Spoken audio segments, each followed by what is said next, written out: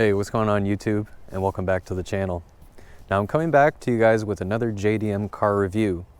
Now what I have behind me is a 1991 Nissan Fairlady Z, or most notably known in the US as the Nissan 300ZX Twin Turbo. So for those that don't know what a stock Z looks like, you'll see right off the bat that this car has actually been pretty heavily modified. And I think it's gonna serve as a good conversation for a lot of people, because I think people's opinions on this car are gonna be pretty polarizing. You know, as these are older cars and they're kind of treasured in the Z community. Some people like the stock styling, and some people like going all the way with the body kits and aero and stuff like that. And that's what the previous owner did with this ride. And in my opinion, it looks really cool.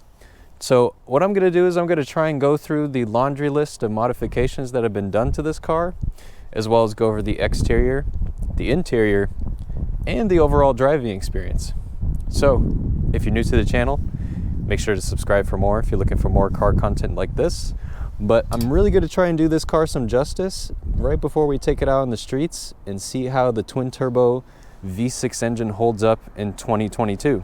Now, if we were going to go back in time and look at the Z31 Nissan 300ZX, the Z32 platform has gotten a lot wider and lower in comparison to its predecessor, and that's really emphasized by the body kit that's being used on this. I mean, it's very low and slung. You got to be careful when you're going over speed bumps and things of that sort. And it's so cool. It even has like the carnards on the side, and the whole idea behind that is to create downforce by having the air push the front of the body down. I think in this case it's more of just for the looks, right? And it really adds to the rest of the body kit. It also has the side skirts as well as the rear bumper. And one thing that you're not going to notice, since this car has been repainted, is that this is carbon fiber, as well as the fenders, and I believe even the front bumper is carbon fiber. So there's a lot of weight saving there, especially up in the front. Now as we make our way down to the wheel and tire setup, you're actually going to notice that this has two different sets of wheels, but the tires are the same. So these are all sitting on a set of Michelin Pilot Super Sports, a very sticky tire for the streets and great for the track too. Honestly, it's just a great overall tire. Now the wheels that are in the front are actually some Motegi track lights. Now this is going to be a super lightweight aluminum wheel, and as you can see behind those wheels are these huge slotted rotors and calipers that have also been upgraded. I mean, these rotors are so big, they're bigger than the size of my head. So you can imagine the stopping power with this thing. And it's the same story in the back too. This has front and rear discs also slotted in the rear, and this has Volk Racing SE37s in the rear. Now as we make our way to the back of the car, you're going to notice that it has upgraded aftermarket taillights, which is a pretty common mod that I see on a lot of these Zs.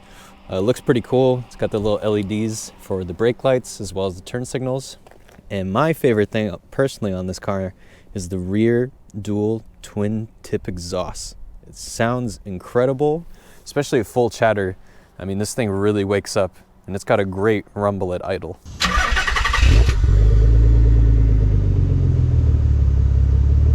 I think even this portion is pretty rare. You don't see it on a lot of the Zs. There's some more badging on the side to let you know that it's also a Z, and you're also going to find that on the fenders as well. Overall, it looks really nice, and this is a T-top model too. So for people that don't know, that was an option for a lot of the Zs back in the day. So these are fully removable if you want, and there'll just be a T in the middle so that you can kind of have the idea of like an open roof, like almost like a sunroof, but kind of like a convertible. I don't know, it's like something in between. So what you would do is you would remove these and you'd put them in the back of the hatch. And there's a storage space for all of that too. Now let's take a look at the interior. And the first thing that you're going to see right off the bat, this is a right-hand drive car. So this is a car from Japan. So if you're here like in America, you're gonna have to get used to driving on the opposite side of the road. But trust me, after you do it for quite some time, you'll really get used to it. And since this car is a lot smaller than something like the JDM camper vans that I've reviewed in the past, you'll get very acquainted with the idea of just driving on the opposite side of the road. Now as we hop in, one of my favorite things in the interior has gotta be this OMP steering wheel. It's pretty small. Honestly, if I was gonna guess, I would say it's maybe around like 300 millimeters to 330 millimeters. I feel like this would be right at home in like a Miata or maybe like a small Civic or something. But even in the Z, you know, full turn to turn, it's pretty quick. So you have to get used to that quick steering action that's happening here. And for people that don't know about the Fairlady Zs, everything is catered towards the driver. All the climate controls, all the push switches and buttons over here on the side, they're all catered towards the driver. Now, unfortunately, this one is a automatic transmission, but I don't think it really deters from us having a little bit of fun in this car. Now, finding the manual examples are definitely going to be much more difficult and much more desirable and more expensive.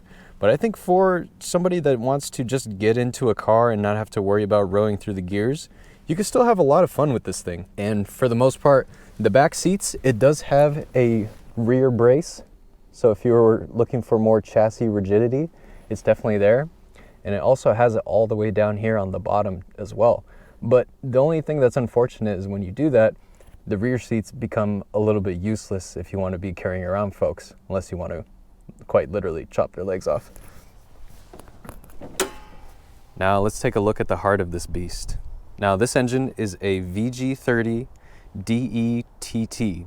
And for those that don't know, this is a 3-liter V6 twin turbo engine. Now this is a very legendary engine. Doesn't get as much recognition as something like the 2JZs or the RBs of the world. But just know that the VGs are capable of making tons of power, even on stock internals. They're most notably known for their twin turbo setups, making crazy amounts of horsepower just with a bunch of mods. But I will say from a maintenance standpoint, it is pretty tight in here, so it's not going to be as easy as something like a Honda, but it's still Japanese engineering, so it's nothing to get too deterred away from. And this one is in really good shape. It's only got 47,000 kilometers on the entire car, including the engine. So that means that it probably translates to what, about 30,000 miles, which is super low mileage. In this day and age, it's definitely hard to find a low mileage example like this that, you know, hasn't been thrashed or has over 200,000 miles on it. Now for suspension, it has a set of teen coilovers, and it looks like the radiator has been upgraded as well as all the intercooler piping, running a front mount intercooler. Looks like it has some upgraded injectors, but I think for the most part, the engine is pretty stock. But don't be deterred by the fact that it's just a stock motor, because it still has plenty of horsepower to give. And you'll see that once we take this thing out on the road. But very good looking engine. I like the symmetry of it. All right, let's take this thing out for a spin.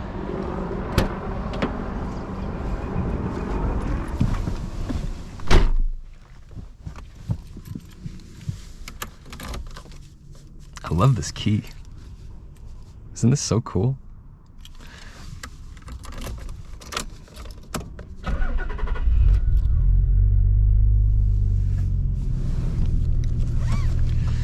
So I'm pretty close to the highway, so we'll get it up to speed there. Still getting used to the car a little bit, letting the tires warm up. We have a little bit of an incline here. The arrow's pretty low, so I do want to be kind of careful here. Oh, actually, it's all good. Back in the day, I used to have a really low car, so if I was gonna go up an incline like that, I'd have to go at it sideways. But luckily, this car is just high enough that it has enough clearance.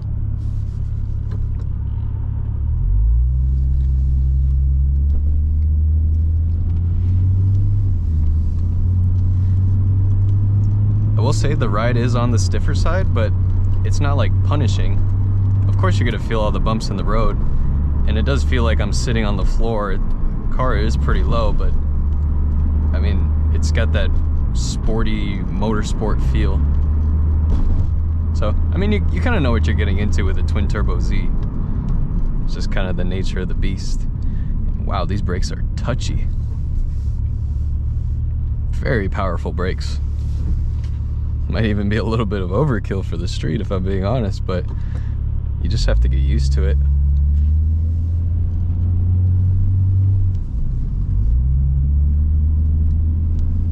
Steering is quick. It's probably because of the smaller diameter steering wheel, it just feels like that.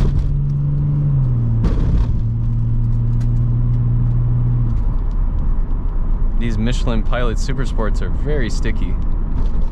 Any rock on the road, it just picks it up and flings it out. Which is a good thing. It means you have grip. They're nice and warm. Which will mean it'd be good for a little highway pull.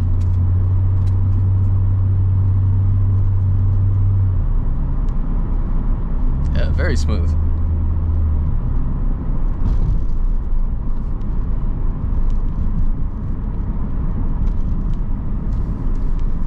Okay, let's see here.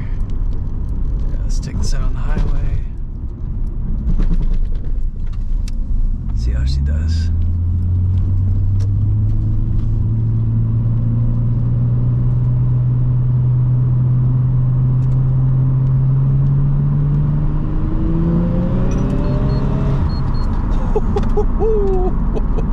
Wow. I was not expecting that.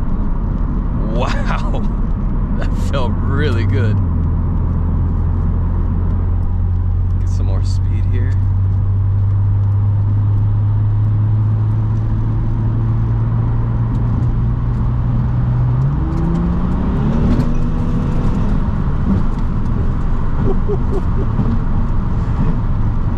Wow, this thing is properly quick.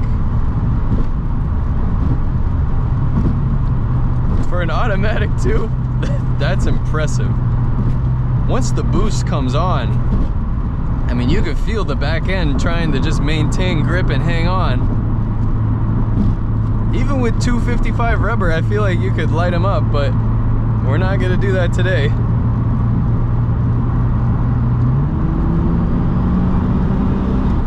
Wow, you just give it a little bit of gas and it just really opens up. Wow, what an experience. That is so cool. Car drives very straight. No weird squeaks or rattles or anything like that. There is a little bit of tinging in the back. I think that's just my camera bag. But wow, that felt really good. That is intoxicating, that twin turbo, because it's sequential. So the power delivery, I would say, is pretty linear. Very controllable, but still, it's just 90s turbo spoolage. You know, now with turbo cars, when they're these small little turbo setups where it's mostly just made to give you a little bit of grunt going in the city, but in older cars, the turbos have a delay or a lag, so you kind of wait for it, and it's almost kind of like an on and off switch. But with the twin turbo, it feels very linear. Like there's boost everywhere. Like, look at that.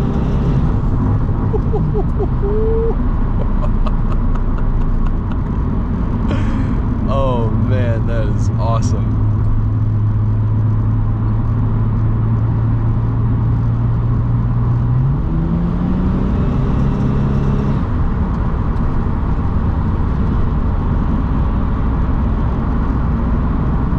Yeah, what a cruiser. Get a lot of looks in this car too. I think people are just trying to figure out what it is. But it's a Z. This is a classic. Very cool. I get the appeal now. Really, the VG30 needs to get more recognition. This is a fantastic engine. Pretty civilized when you're just putting around town too. I thought it was going to be much more obnoxious just due to the size of the exhaust system, but it's really not that bad. We're getting a little tunnel action here. Here, I'll crack the window for you guys a little bit.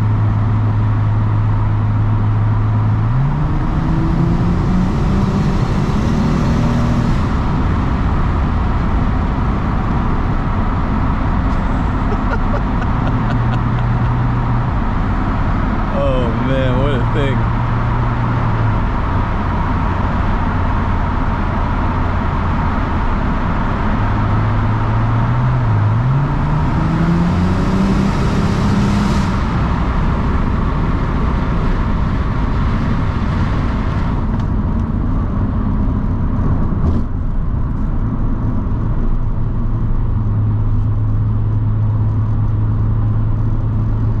Alright guys, I think I'm gonna end the video here. So, thank you so much for watching. Make sure to subscribe for more, and I'll see you in the next one. Take care.